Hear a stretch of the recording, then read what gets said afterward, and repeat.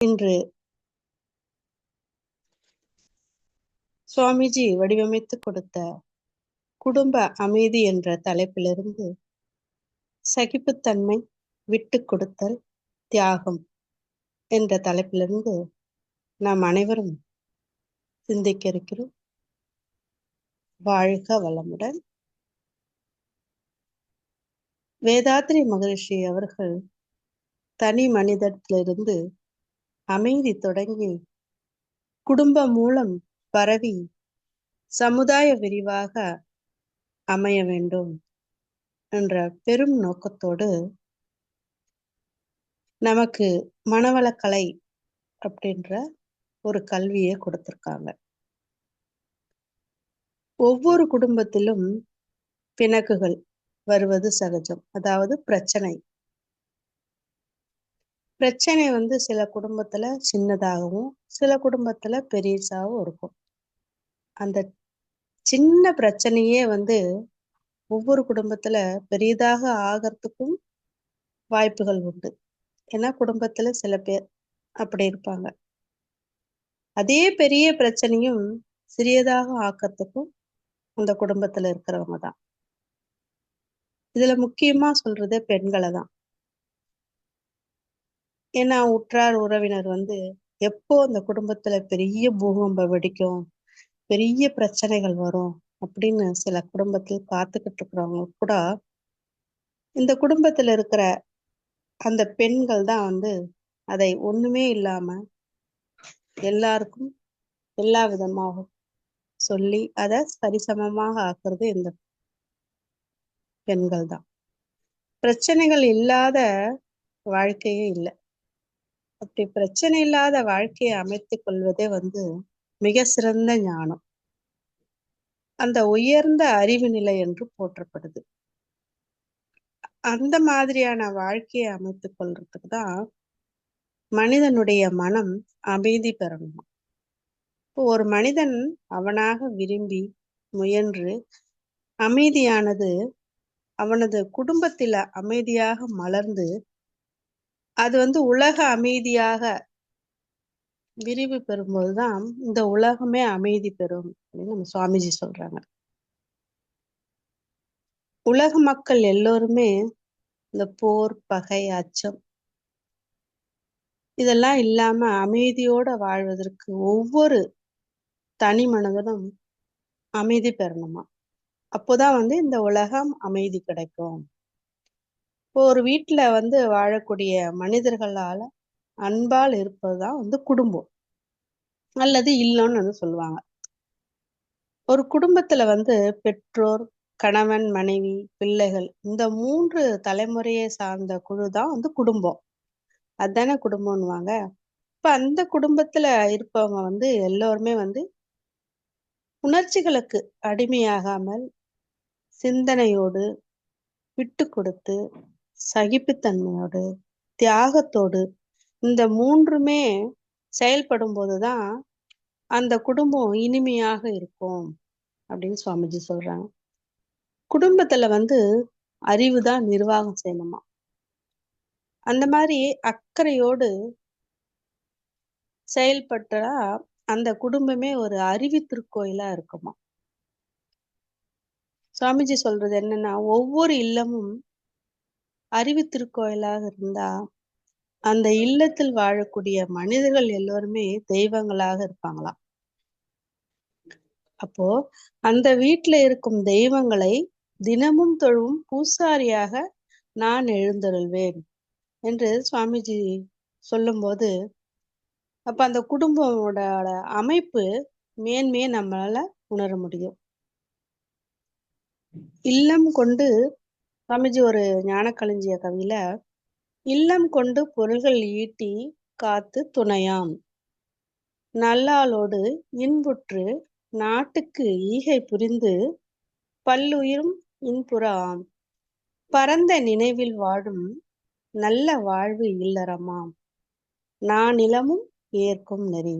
அப்ப இல்லம் கொண்டு அந்த பொருள்களை ஈட்டி காத்து துணையோடு நல்லாளோடு இன்புற்று அந்த நாட்டுக்கும் உதவி புரிந்து எல்லா உயிருக்கும் இன்பமுற்று அந்த பரந்த மனதோடு இந்த வாழுற வாழ்வு அந்த இல்லமே நானிலும் ஏற்கும் நெறின்றார்.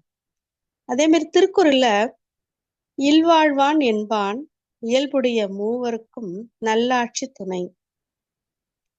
இல்வாழ்வான் என்றால் ஒரு குடும்ப தலைவன், ஆண் பெண் யார வேணும்னாலும் நம்ம எடுத்துக்கலாம், அது பொதுவானது.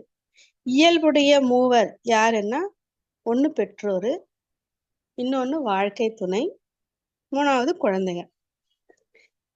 இவங்களுக்கு தேவையானதை கொடுத்து காத்து அவர்களை நல்வழிப்படுத்துவது அனைத்தையும் யாருன்னா குடும்ப தலைவனும் அல்லது குடும்ப தலைவியோடைய பொறுப்பு, அவங்களோட கடமையும்.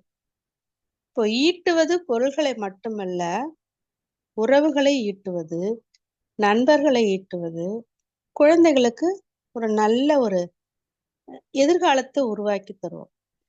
அப்போ இந்த சமுதாயத்துல இந்த குடும்பத்துக்கு நல்ல பெயரையும் கொடுக்கறதும் எல்லாமே யாருடைய கடமை அப்படின்னு பார்த்தா இந்த குடும்ப தலைவனுடைய கடமையாகுது. இப்போ ஒரு குடும்பத்துல எல்லா தேவைகளும் பூர்த்தி செய்யறது தலைவனும் தலைவியும். அப்படித்தானுங்களே, நம்ம குடும்பத்திலயும் தலைவர் இல்லைன்னா நம்மளால ஆனதை நம்ம பூர்த்தி செய்ய போறோம். இதுல 2 பேரும் இணைந்துதான் செயல்படும். ஒருத்தருக்கு தெரியாம ஒருத்தர் எதுவுமே செய்யக்கூடாது. எந்த ஒளிவும் மறைவும் இல்லாமல் ஒரு காரியத்தினை செய்யணும் அப்படின்னா கூட, ஒரு விருந்து எப்பது கூட கணவன் மனைவி இருவருமே சேர்ந்துதான் ஒரு விருந்து உபசரிக்க முடியும். கணவனுக்கு தெரியாமல் ஒருத்தருக்கு விருந்து உபசரணம் பண்றதோ, அப்படி இல்லாம மனைவிக்கு தெரியாம ஒருத்தருக்கு உபசரணம் பண்றதோ இருக்கவே கூடாதுன்ற சாமி. அது நல்லதும் கிடையாது. ஒரு வீட்டில் வருமானம் குடும்ப தலைவருக்கு ஒருத்தருக்கு மட்டும்தான் வரலாம், அல்லது பல பேர் மூலமாகவும் வரலாம். மனைவியும் வேலைக்கு போவாங்க. எத்தனை பேர் சம்பாதிச்சாலும் அந்த குடும்பத்துல அனைவருக்கும் பொதுவானது, அனைவருக்கும் நன்மைக்கும் பொதுவாக செலவு செய்யணும். வரவுக்கு மீறி செலவு செய்யக்கூடாது. அதுக்கு நமக்கே தெரியும் இல்லைங்களா? அப்ப என்ன வரவோ அதுக்கேத்தப்பதான் செலவு செய்யணும்.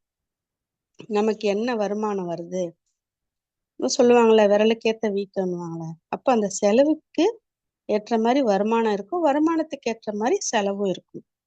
இப்போ கணவனும் மனைவியும் சேர்ந்து சம்பாதிப்பது ரொம்ப சேமிப்பாக இருக்கணும்னு சொல்றாரு. இன்றைய காலகட்டத்துல சேமிப்பு என்பது அப்படின்னு இல்லைன்னு வச்சுங்களேன், எதிர்காலமே கேள்விக்குறியாயிடும். ரொம்ப சம்பாரிச்சதெல்லாம் சாப்பிட்டுக்கிட்டே இருந்துகிட்டே வந்துகிட்டு போய்கிட்டு ஜாலியா இருந்தா, அடுத்தது வேற ஏதாவது ஒரு விஷயத்துல இறங்கணும், ஒரு நல்ல காரியம் நடக்கணும்னா அதுக்கு பணம் இல்லாம நம்மளால யாருக்கிட்டையும் கையேந்திர நிலைமைக்கு வரக்கூடாதுன்னா அப்ப சேமிப்பு இருக்கணும். இப்போ ஒரு குடும்பத்தில் வருமானம் என்பது அந்த குடும்பத்தில் உள்ள அனைவருக்குமே தெரிஞ்சிருக்கணும். இப்ப யாரு அப்பா எவ்வளவு சம்பாரிச்சாலும் அது சொல்ல மாட்டாங்க. ஆண்கள் சம்பாதிப்பது எவ்வளவுன்னு சொல்ல மாட்டாங்க. ஆனாலும் மனைவிக்கு தெரிஞ்சிருக்கணும். சித்தப்பா, மாமா, சித்தி வீட்டுல எத்தனை பேர் இருந்தாலும் அவங்க சம்பாதிச்சாலும், அத்தைகள் யார் சம்பாதிச்சாலும் அந்த வருமானம் எல்லாருக்குமே தெரிஞ்சிருக்கணும்ன்றாங்க. மகரிஷி ஒண்ணு சொல்லுவாரு, சிந்தனை சிக்கனம் சீர்திருத்தம். இப்போ ஒவ்வொருத்தரும் யோசித்து செயல்படணும். சிந்தனையோடு எந்த செலவு செஞ்சாலும் சிந்தனையோடு, இது நமக்கு தேவையா, நம்ம வீட்டுல இருக்கிறதா இல்லையா அப்படின்றத அதை யோசிக்கணும். முதல்ல அதை சிந்தனை பண்ணணும். தேவையில்லாததை நம்ம அதை தள்ளுபடி பண்ணிடலாம். அப்பதான் சிந்தனை செய்ய சொல்றாரு. நம்ம வீட்டுல ஏற்கனவே அந்த பொருள் இருந்தா அது வேண்டாம்ல. இப்ப சிக்கனம் பண்ணணும். பெரிய பொருளா வாங்கினாம சின்னதா வாங்கிக்கலாம். அப்ப சிக்கனம் பண்ணணும். சீர்திருத்தம், இது சீரா திருத்தமா செய்யணும். எது செஞ்சாலும் திருத்தமாக இருக்கணும்ன்ற ஒவ்வொருத்தரும் யோசிச்சு செயல்படணும். இப்போ வருமானத்துக்குள்ளே சிக்கனமாக செலவு செய்து பழகிக்கணும். தேவையில்லாத அந்த காலத்துக்கு தேவையில்லாத செலவுகளை நாம தைரியமா தவிர்க்க தெரிஞ்சுக்கணுன்றாங்க. இப்ப குடும்பத்துல ஒரு நல்ல நிகழ்ச்சிகள் நடக்குதுன்னு பாத்துக்கோங்களா, யார் யார நம்மலாம் கூப்பிடலாம், தேவையில்லாத செலவு, ஒரே ஆடம்பரமா லைட் செட்டிங் போட்டு பாட்டை போட்டு அதெல்லாம் தேவையில்லாத செலவு. என்ன செலவு செய்யணும், யாரெல்லாம் முடிவு பண்ணணும்னா கணவனும் மனைவி தான் சேர்ந்து தான் முடிவு எடுக்கணும்.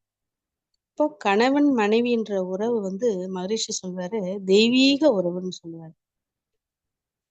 குடும்ப அமைதிக்கு கணவன் மனைவி இருவரும் கடைப்பிடித்து வாழ்வதற்காக சுவாமிஜி அவர்கள் 8 வழிகளை சொல்லியிருக்காரு. எப்படின்னு பாத்தீங்கன்னா, குடும்பத்தில் இருப்பவர்கள் மனதை பற்றி புரிந்து அதுக்கேத்தபடி செயலாற்றணும். ஒரு குடும்பத்துல மாமனார் மாமியார் நாத்தனார் மச்சினர் யார் இருந்தாலும் அவங்களுடைய மனசு என்ன என்றதை நாம அதை புரிஞ்சுக்கணும். எனக்கு தெரிஞ்சது எனக்கு பிடிச்சதுதான் நான் செய்வேன், எனக்கு அதுதான் செய்ய முடியும் அப்படின்னு இல்லாம அவங்க மனசு புண்படாத அளவுக்கு நம்ம அதுக்கேத்தபடி செயலாற்றணும். அதே மாதிரி கணவனும் மனைவியும் தவறான போக்கு இருந்தால் கணவனை திருத்தி நல்வழி காட்டி அன்போடு அதே நேரத்துல அளவோடும் திருத்த வேண்டிய கடமை யாருக்குன்னா மனைவி கிட்டதான் இருக்கு. அதே நேரத்துல மனைவியும் தவறான போக்கு இருந்தால் மனைவியும் திருத்தி நல்வழி காட்டி அன்போடு அரவணைச்சு திருத்த வேண்டியது கணவனுடைய கடமை. இது 2 பேருக்குமே முக்கிய கடமை. இருவருக்குமே கோபம் என்ற நஞ்சு தங்களை பாதுகாத்து கொள்ளணும் அப்படின்னு, அவங்களுக்கு கோபம் என்ற நஞ்சு ஏறாம. ஏன்னா ஒருத்தருக்கு ஒருத்தர் கோபம் பட்டு வார்த்தைகளால நெருப்பு அள்ளி கொட்டிக்கிறதோட அத அந்த கோபமே இல்லாம, எனக்கு கோபம் வர வர வார்த்தைகள் பெருசாக அதுக்கப்புறம் ஒருத்தருக்கு ஒருத்தர் பார்த்துக்க முடியாத சூழ்நிலை கூட வருது.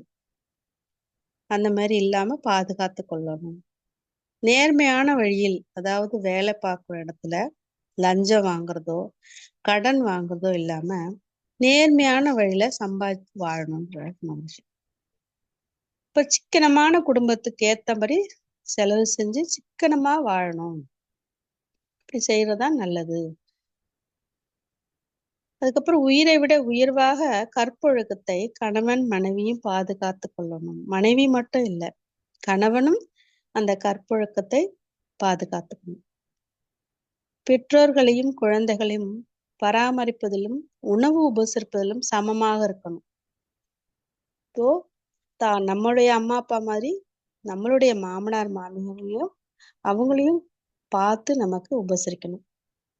குழந்தைகளுக்கு ஒரு மாதிரி பெற்றோர்களுக்கு ஒரு மாதிரி இல்லாம சமமா உபசரிக்கணும் அப்படின்னு சொல்றாரு சுவாமிஜி. சமுதாயம் எந்த சந்தர்ப்பம் கவனமின்மை, அதாவது சமுதாயத்துல சந்தர்ப்ப சூழ்நிலை கவனமின்மை இந்த மூன்றுலுமே லாபம் வந்தாலும் நஷ்டம் வந்தாலும் ஏன் எதனால எப்படி என்ற நம்ம காரணங்களை உணர்ந்து ஏற்றுக்கொள்ளணும்.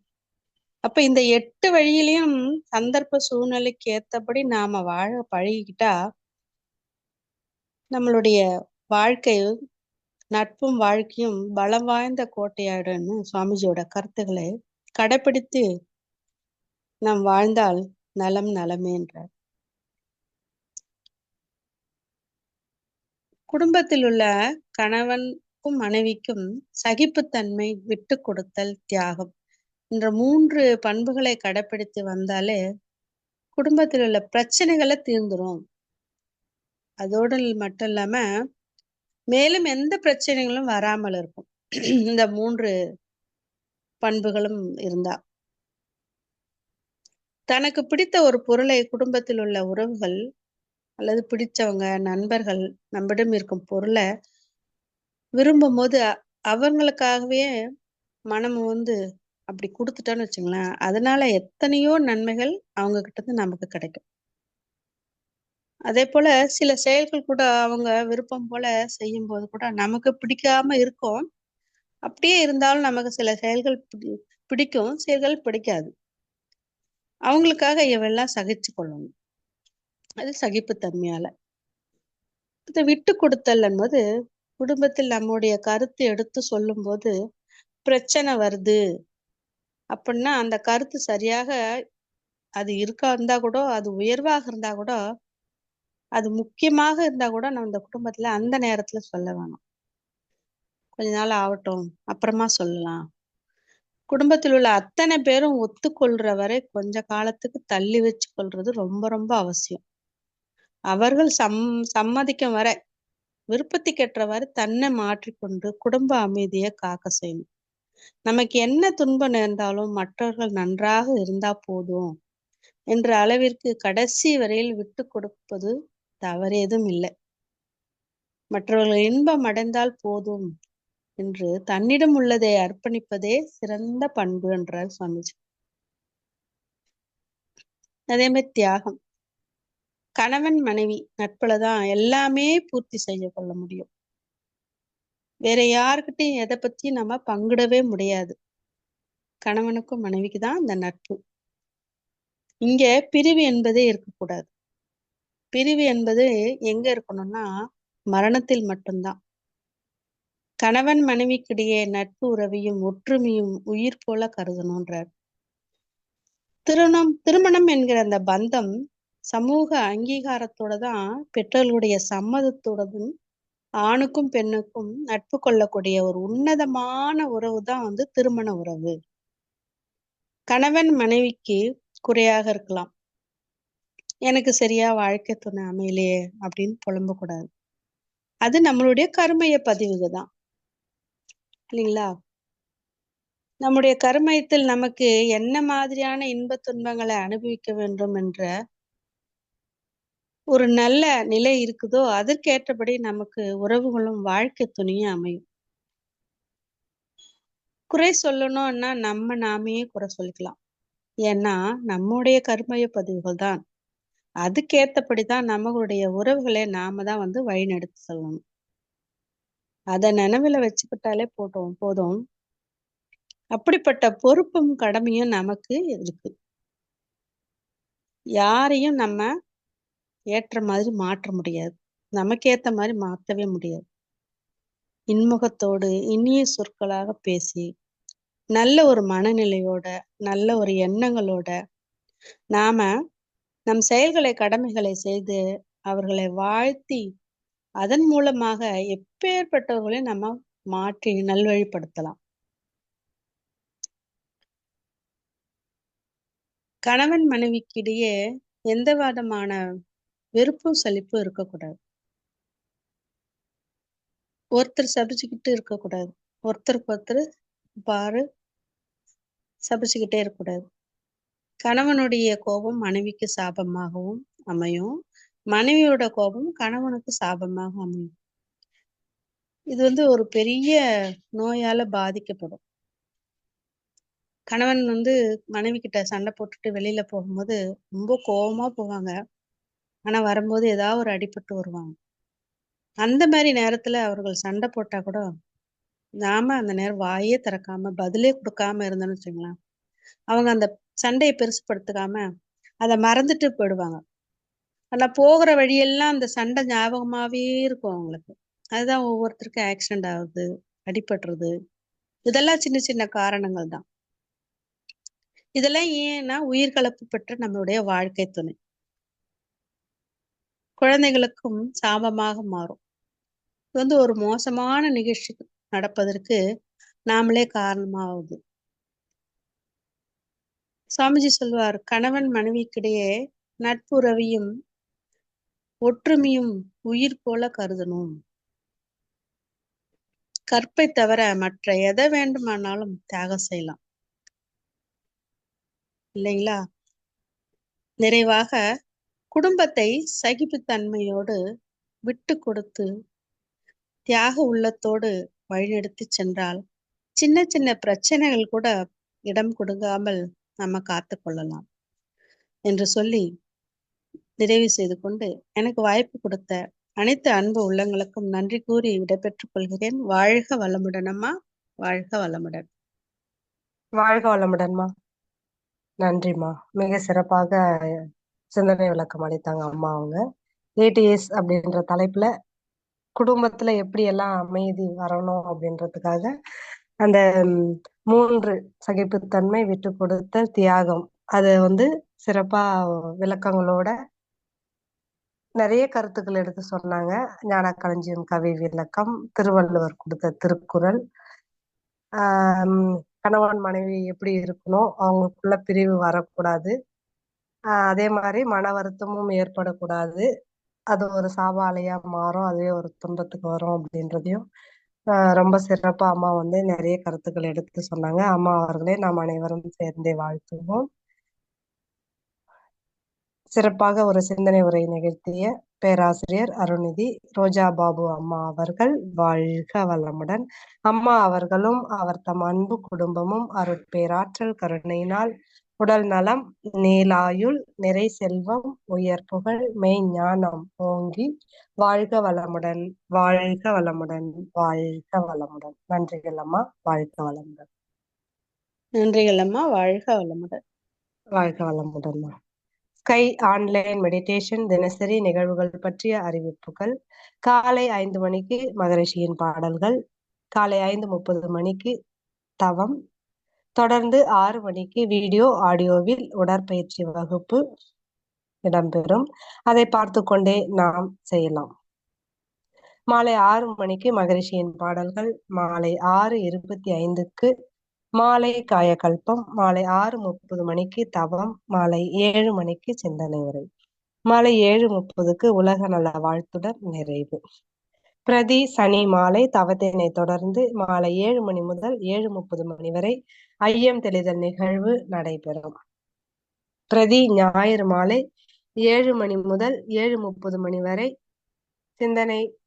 சிறப்பு சிந்தனை நடைபெறும். நிகழ்ச்சியின் நிறைவாக உலக நல வாழ்த்து. உலகமெல்லாம் பருவமழை ஒத்தபடி பெய்யட்டும், உழவரெல்லாம் தானியத்தை ஒப்புடனே பெருக்கட்டும், பல தொழில்கள் புரிகின்ற பாட்டாளி உயரட்டும், பகுத்துணர்வில் தொகுத்துணர்வு பண்பாட்டை உயர்த்தட்டும், கலகங்கள் போட்டி பகை கடந்து ஆட்சி நடக்கட்டும், கல்லாமை கடன் வறுமை கலங்கங்கள் மறையட்டும், நலவாழ்வை அளிக்கும் மெய் ஞான ஒளி வீசட்டும், நம் கடமை அறவாழ்வின் நாட்டத்தே சிறக்கட்டும், நம் கடமை அறவாழ்வின் நாட்டத்தே சிறக்கட்டும், நம் கடமை அறவாழ்வின் நாட்டத்தே சிறக்கட்டும்.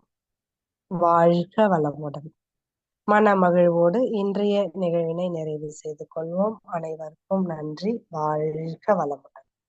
வாழ்க வளமுடன். வாழ்க வளமுடன்.